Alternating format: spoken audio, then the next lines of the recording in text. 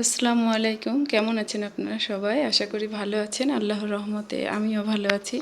তো সকালবেলায় যে বিছানা গুছিয়ে নিয়েছি, এখানে হচ্ছে মেয়ে ঘুমায় আর ওই পাশে আমরা তিনজন ঘুমাই ওর আব্বু আসার পর থেকে।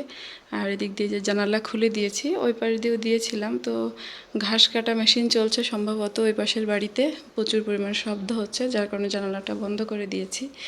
সকালবেলা ছেলের জন্য খাবার নিয়েছিলাম, খাওয়াতে পারিনি, বমি করেছে। মেয়েটাও ব্যাস থেকে আসার পর থেকে গায়ে জ্বর, কি হয় জানি না। ছেলেটাও খাবার খাচ্ছে না, কি অবস্থা কি হবে জানি না।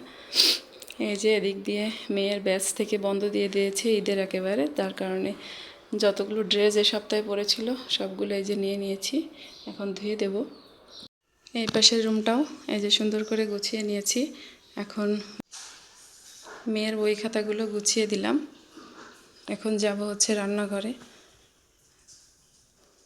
রান্নাঘরের অবস্থাও খুবই খারাপ। কালকে যেহেতু ইফতারি ছিল মসজিদে, সাথে গ্রামের সবাইকেও টুকটাক দিয়েছি, তো সেগুলো সব ছড়ানো রয়েছে, কিছু গোছাতে পারিনি, শরীরটা খুব দুর্বল লাগছিল।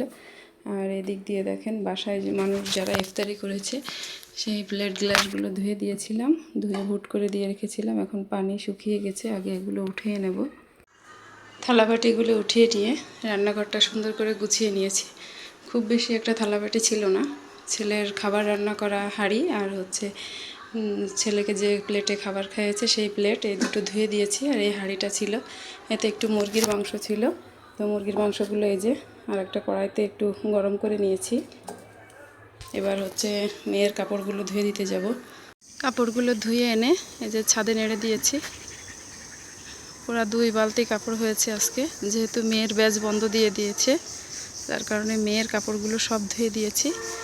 আর সাথে এদিকে আমাদেরও কিছু কাপড় ছিল, সেগুলোও ধুয়ে দিয়েছি। রোদের অবস্থা খুব বেশি একটা ভালো না, দেখা যাক শুকায় কিনা। ছাদ থেকে নেমে এসে যে ছেলের জন্য 1 কাপ চালের ভাত রান্না করে নিয়েছি। এর চেয়ে কম, আমার বড় প্রেশার কুকার, এর চেয়ে কম ভাত রান্না করা যায় না, তো ও তো অল্প খাবে, তাও 1 কাপ রান্না করলাম। আর এদিক দিয়ে প্রেশার কুকারে এই যে 1 টুকরো মাছ দিয়ে আলু দিয়ে আর টমেটো দিয়ে ঝোল করে নিয়েছি ওকে খাওয়ানোর জন্য, তো এখন খাওয়াবো। এই যে আমি তার জন্য ভাত নিয়ে বসে আছি, আর সে ওই যে ওখানে যে বসে আছে সে বলছে সে নাকি রোজা।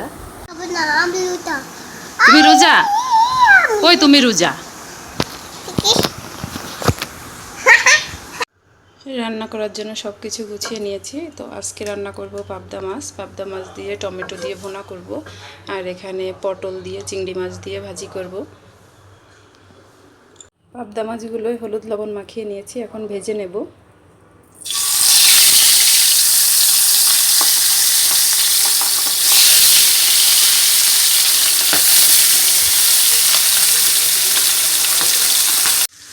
এক পাশ দিয়ে পাবদা মাছগুলো ভেজে নিয়েছি, আর অন্য পাশে এই যে কড়াইতে পাবদা মাছের জন্য মশলা রেডি করে নিয়েছি।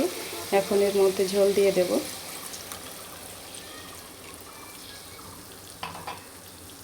ঝোল ফুটে উঠেছে, এখন এক এক করে পাবদা মাছগুলো দিয়ে দিচ্ছি।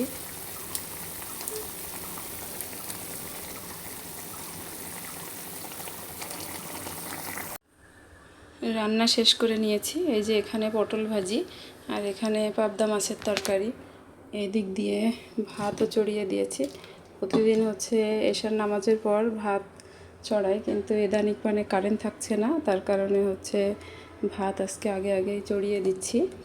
আর তরকারিগুলো কোনো গামলায় বা বাটিতে নামাবো না, তার কারণ হচ্ছে যেহেতু এগুলো আমরা সেহেরিতে খাবো, ইফতারিতে নয়। এগুলো আর একবার গরম করা পড়বে, যার কারণে সব হাঁড়িতেই রেখে দিয়েছি। আর রান্না করার পরে যত থালাবাটি হয়েছিল সব ধুয়ে নিয়ে এই যে ছিংটাও পরিষ্কার করে নিয়েছি, এক দিয়ে রান্নাঘর নিচে সব কুড়িয়ে পরিষ্কার করে নিয়েছি। তো আজকে ইফতারির কোনো ঝামেলা নেই, কারণ ওই পাশে আপুদের বাসায় ইফতারির দাওয়াত আছে, তার কারণে একবারে রান্নাঘরটা পরিষ্কার করে নিলাম। বিকালবেলা ছাদে চলে আসলাম কাপড় নেওয়ার জন্য, দেখি কাপড়গুলো শুকিয়েছে কিনা। ভেবেছিলাম শুকাবে না, তো দুপুরের দিকে একবার উল্টিয়ে দিয়ে গিয়েছিলাম, তো এখন দেখছি সব শুকিয়েছে, তো এখন নিয়ে যাব কাপড়গুলো। এই যে কাপড়গুলো নিয়ে চলে এসেছি, আর কাপড়গুলো আজকে এই রুমে ভাঁজ করব, তার কারণ ওই রুমে আমার ছেলে মেয়ে দুজনেই ঘুমোচ্ছে, আর মেয়ের গায়ে তো প্রচুর জ্বর, ওদের আব্বু গিয়েছে ওর জন্য ওষুধ আনতে, তো এখন কাপড়গুলো ভাঁজ করে নিই। বাচ্চা দুটো ঘুম থেকে উঠে ওই পাশে রুমে চলে গিয়েছে, আর এই যে আমি এদিক দিয়ে কাপড়গুলো গুছিয়ে নিয়েছি, এখন ওয়ার্ড্রোবে উঠিয়ে রাখবো।